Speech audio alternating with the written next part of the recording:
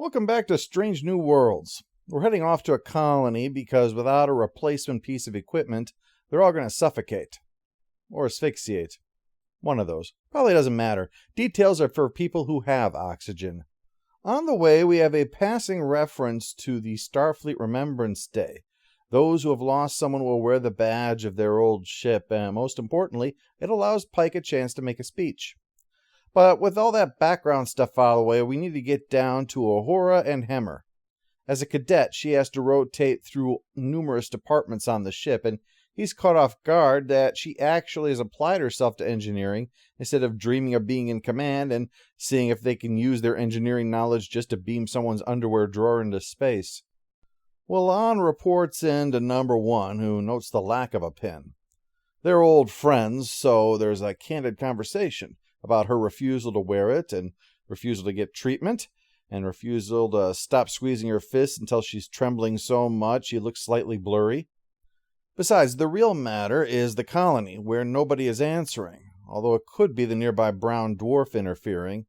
Or, and I don't want to jump to conclusions, it could be that the colony's satellite communicator has been destroyed. Pike tells Spock to call Mom and Dad and let them know that we're going to do a little bit of investigating here, but slowly and carefully. Though there are fires, so not too slowly. There's supposed to be hundreds down here, but there's no sign of anybody but a dog, and eventually they find a spot where clearly all of the dead had been dragged, and then someone did something with the corpses. Not likely that it was good, either. People who leave blood trails are not looking for the best way to honor the dead. More likely, they're looking for the best way to season and marinate the dead. They get beamed up before they can investigate any further. There's a Federation ship here, but Pike has the good sense to be cautious. But there are humans when they call up, saying they had to take refuge in this cargo ship. Except they can't get beamed back on account of the hull is made of something that will prevent it. This thing normally contains radioactive material, but it's not in here right now, so everything should be just fine. Yep, good luck with your sperm count. They dock with the ship and rescue the survivors, about 100. No idea where the rest of them went. While La'an and Una discuss what might have happened here, a little girl runs through rambling about monsters that make clicking noises. Hearing that, La'an calls up the bridge to ask them to look for some Polaron bad mojo fields, and sure enough, there's something out there. They need to raise shields, she says, except they've got the docking tube in place, so they can't. All they can do is watch in horror as her worst fears are realized. The Gorn are here. Well, at least that's one problem solved. After the titles, we've only finally gotten there. La'an sees a smiling face and a memory before coming back to the present. Una's wounded, but she sends La'an to the bridge as the expert on scary lizard monsters. So the moment she hits the bridge, she tells Pike not to perform the maneuver that he just ordered because it's offensive. Sorry, I mean it's offensive. I'm just used to people being mad that I don't like Ortegas. She says retreat is the only option against the Gorn, but he's not convinced that it is them. The encounters with them are so rare, but then again, rare hits the Enterprise 9 times out of 10, so it's definitely going to be the Gorn. She says that everything there fits the pattern, including this, trying to exhaust the ship and leave them vulnerable, and then they'll make the kill. I know it's still early in the episode, but these Gorn are real dicks. As the Gorn openly attack them, Pike looks for options and thinks the answer to their prayers is the brown dwarf. The gas giant, not Gary Coleman, although the hijinks of different strokes would probably be a welcome diversion right now. There's some problems with that, though. First, the brown dwarf is right by a black hole. Second, going into the atmosphere risks crushing them. Third, the part that won't crush them is so volatile that they need to turn certain primary and auxiliary systems offline, including the shields. Naturally, Pike loves this plan. However, while trying to get to their very likely destruction, they take several hits, one to the cargo bay, where Hemmer and Uhura currently are. His hand gets crushed by their emergency supply of snowflakes, and more good news, the atmosphere processor that they were supposed to deliver to the colonists has been damaged and risks going up in a nuclear explosion. Wow, save a colony or blow it up. That's one versatile piece of technology. Meanwhile, sickbay is mostly powered down, meaning they're running out of supplies, can't synthesize more, and they have no surgical suite. Bad news when you, like Una, have abdominal wounds. If I recall, you have an interest in archaeological medicine.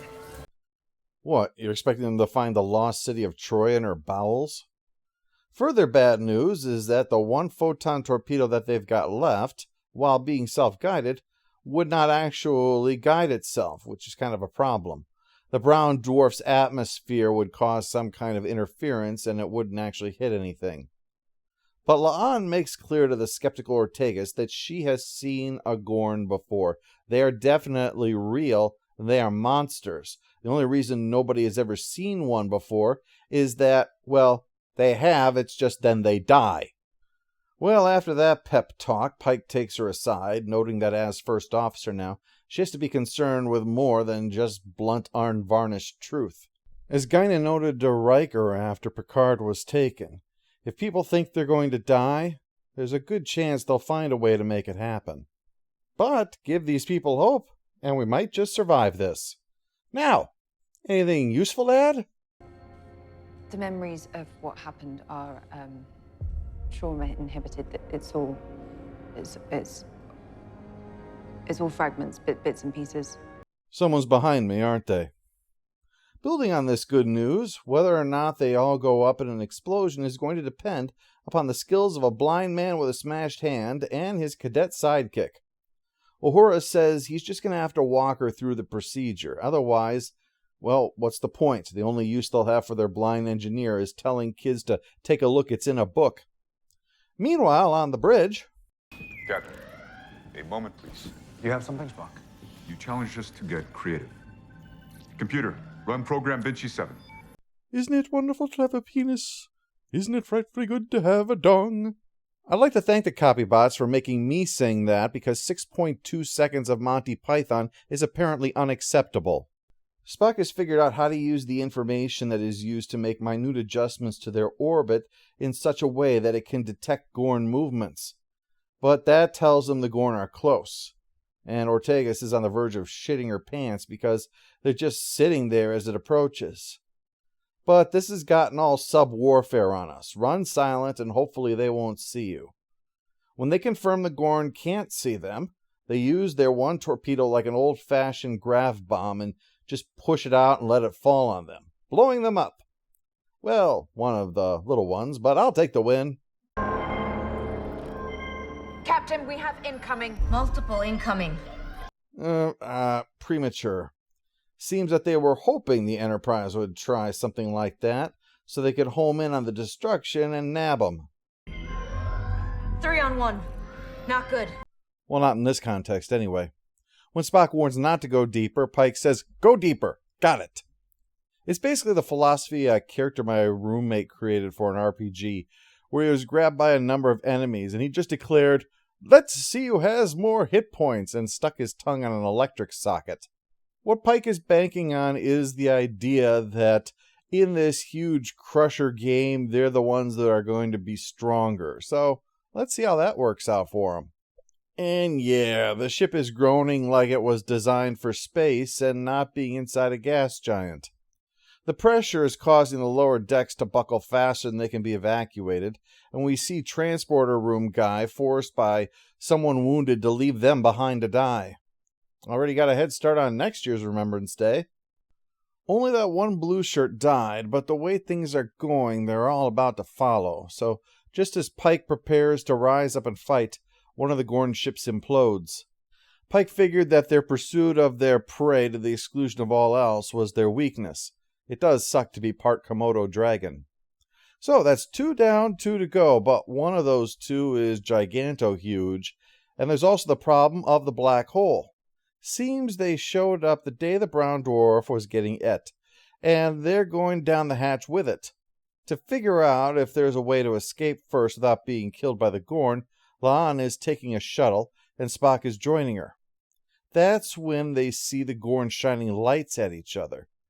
She opens up about what happened to her colony ship, the SS Puget Sound, and she knows that she's seen this before, but the trauma has buried it. So she suggests the practical thing. You can help me. I've heard what Vulcans can do. I fail to see how making a V shape with my hand is going to help. So with her assertion that it's the right thing, Spock does a mind meld. The planet they were taken to is a Gorn breeding planet, to be food for the hatchlings, hunted day and night. It's enough to make you want to buy a new pair of boots.